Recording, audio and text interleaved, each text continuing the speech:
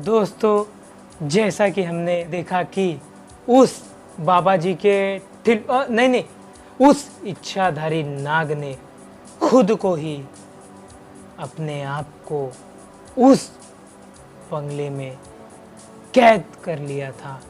तो क्या था इसके पीछे का राज, चलिए जानते हैं। दोस्तों, एक चरवाहा था जिसे कि दूर दूर की दूरियां तय करना बहुत ही ज़्यादा पसंद था। इसलिए वह अपनी गाय भैंसे एक गांव से दूसरे गांव चराने लेकर जाया करता था। पर एक दिन वह अपनी गाय भैंसे उस श्रापित बंगले के आसपास के जंगल झाड़ियों में चरा रहा था।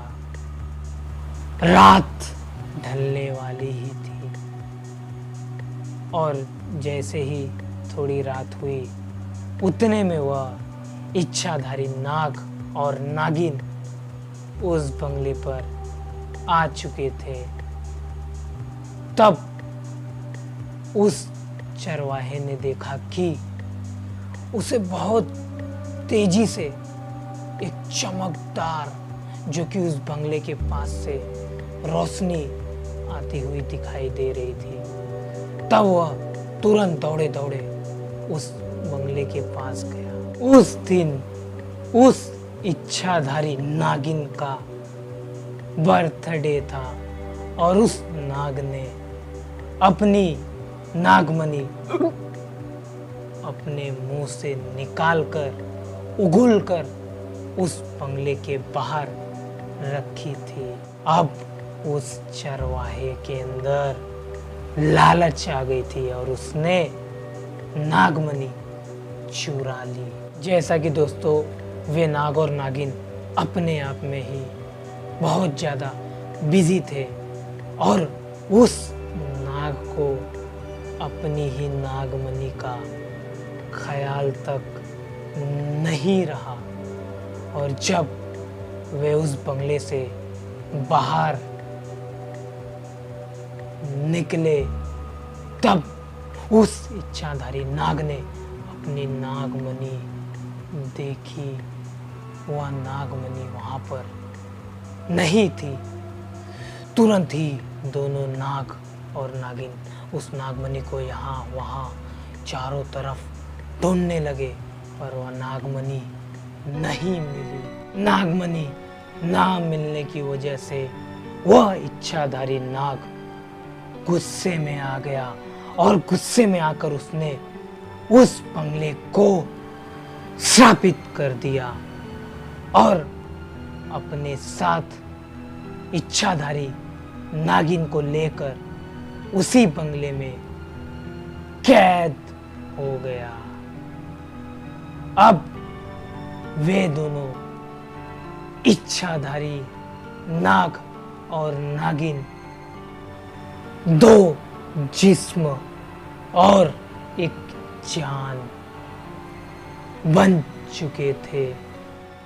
उस दिन से उस बंगले के आसपास भी गलती से या भूलते भटकते भी उस बंगले के आसपास आ जाता तो वह नाग, वह बंगला उसे अपनी तरफ खींचने लगता था और वह नाग अपनी तरफ खींचकर उसे जिंदा ही निगल जाता था। जैसा कि दोस्तों, अब वह बंगला बहुत ही खतरनाक बन चुका था।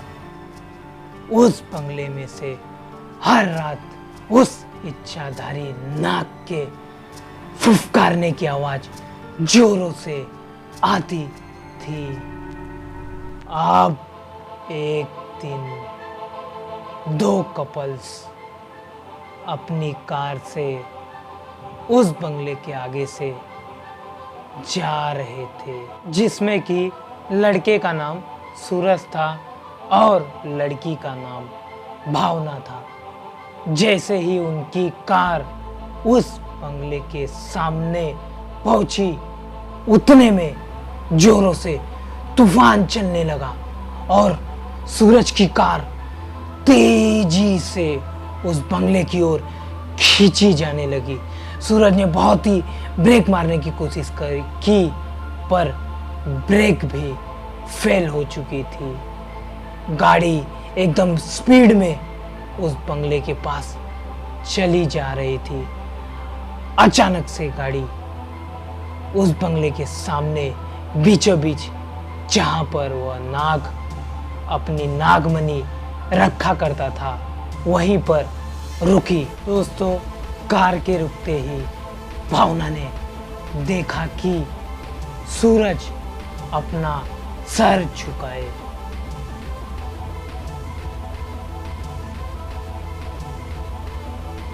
बहुत ही शांत बैठा था।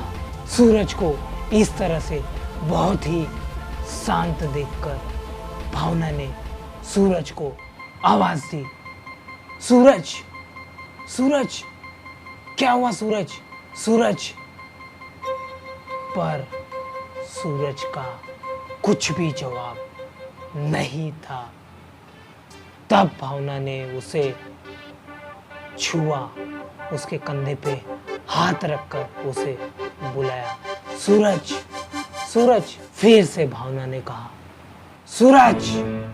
उतने में भावना के हाथ में जोरों से झटका लगा। तब भावना ने जो देखा वह देखकर वो काफी डर गई। भावना ने देखा कि सूरज के कपड़े अपने आप फट रहे थे और उसका शरीर आग के गोले की तरह चल रहा था। सूरज धीरे धीरे सांप के रूप में बदल रहा था और जोरों से चिल्ला रहा था। उसके बाद भावना ने जो देखा वह देखकर वो काफी हैरान रह गई। तो दोस्तों, आखिर क्या हुआ होगा सूरज के साथ? क्या कहीं उसका सांपों के साथ कोई रिश्ता तो नहीं? तो जानने के लिए बने रहें मेरे इस चैनल के साथ, जिसे हम जानेंगे पार्ट 3 में।